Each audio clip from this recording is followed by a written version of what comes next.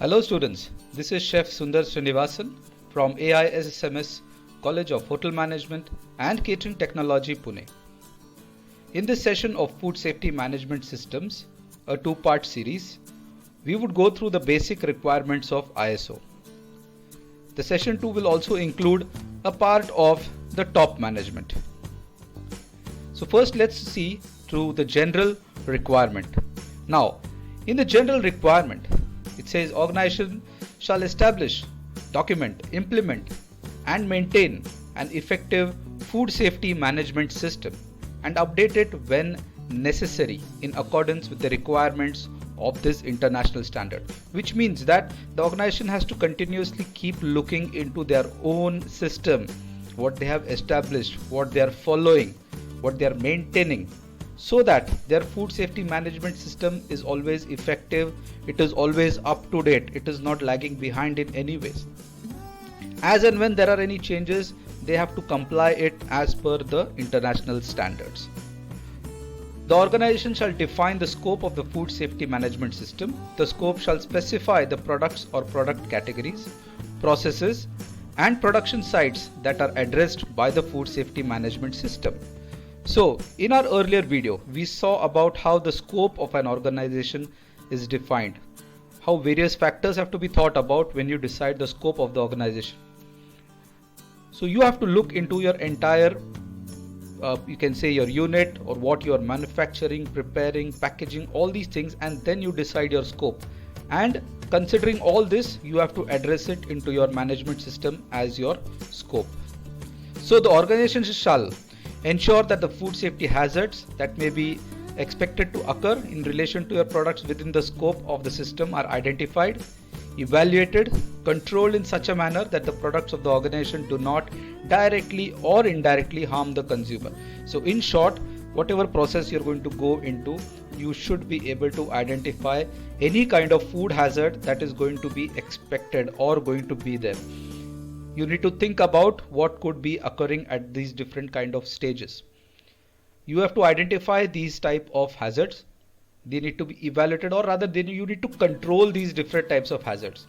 There are different ways of controlling hazards. We'll be seeing that sometime later in a different session altogether. So the ultimate aim over here is you need to ensure that these hazards are either brought down to acceptable limits or they are completely eliminated. And it should not harm the consumer. That is the end result. It should not be harming your consumers. You should communicate appropriate information throughout the food chain regarding safety issues related to its products. So whatever process or product you're going to be into, and whatever information is going to be there regarding that particular product, it has to be communicated within the entire chain. It has to go to everyone who is present in that particular food chain. Communicate information concerning development, implementation and updating of the food safety management system throughout the organization to the extent necessary to ensure that food safety required by this international standard. And we'll see that. So basically again that whatever details you're going to get regarding the development or implementation into your particular system, it has to go through into your organization from top to bottom. Everyone has to be made aware of this and evaluate it periodically and update when necessary. So the food safety management system to ensure that the system reflects the organization's activities and incorporates the most recent information on it. So as and when changes are brought about into your system, you need to ensure that this information percolates to everyone in the organization. You should not leave anyone in the lurch. They should not be in the dark, that they don't know what is happening. You have to make sure that this goes continuously, and this has to be done on a periodic basis, and you have to ensure that this details are being sent to everyone in your organization. Moving ahead to documentation requirement. So yes, every organization will have documents involved. So what you need to do under document control basically. So the food safety management system documentation shall include documented statements of a food safety policy and related objectives. Very important.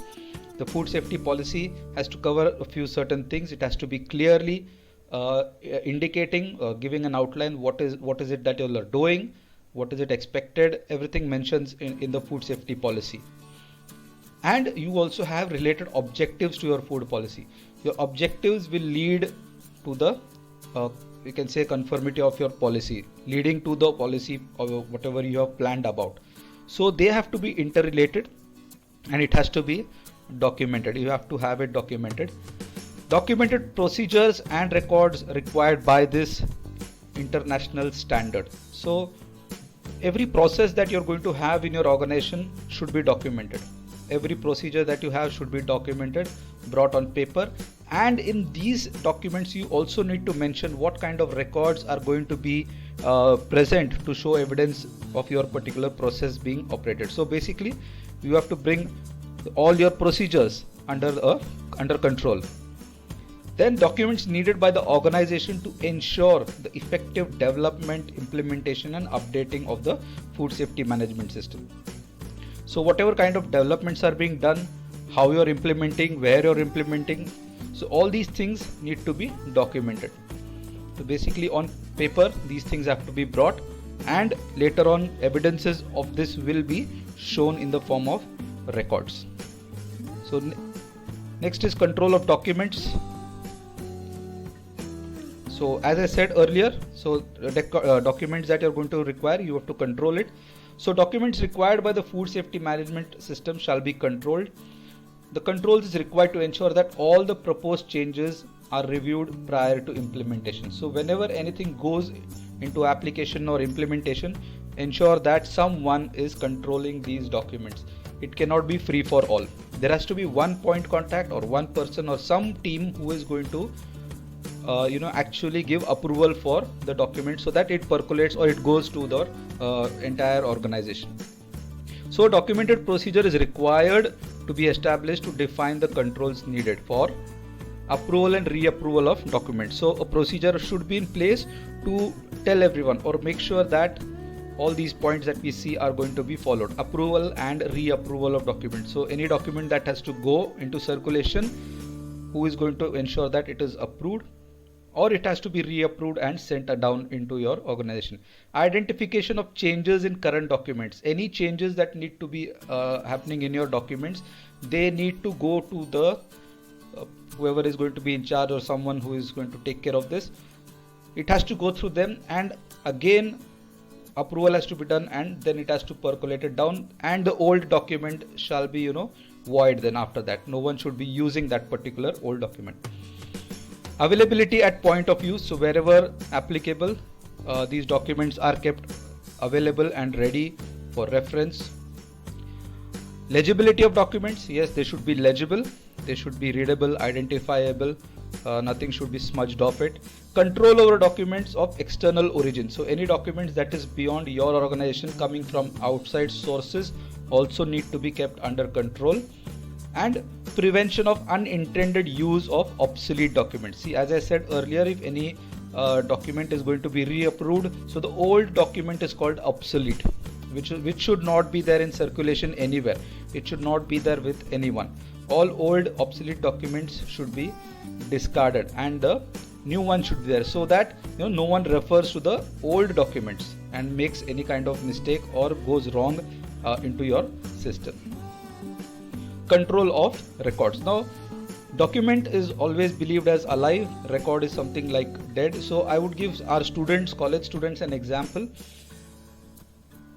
Like when university, any university, they have certain things. So when you get your mark sheet, you can't do anything about a mark sheet. So that is a record. So any record that you get cannot be changed. It has to be the final. So that is an example of a record. So records shall be established and maintained to provide evidence of conformity to requirements and evidence of effective operation of the food safety management system. In short, now how I'd explain to you students is, any work that is being done, any job that is being done, there has to be some kind of record that has to be maintained to show that whatever operations you all are doing, procedures you all are following, is as per what you have designed.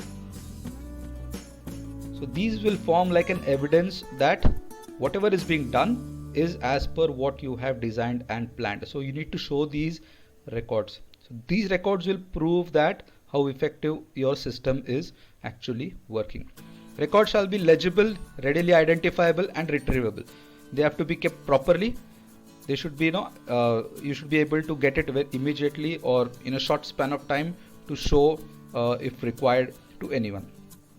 A documented procedure shall be established to define the controls needed for the identification, storage, protection, retrieval, retention time and disposition of records. So a procedure needs to be in place so that people who are going to deal with records, they know how to identify them, where to keep them, how to retrieve it within a short span of time, not just put it anywhere and keep finding it later where I have put it.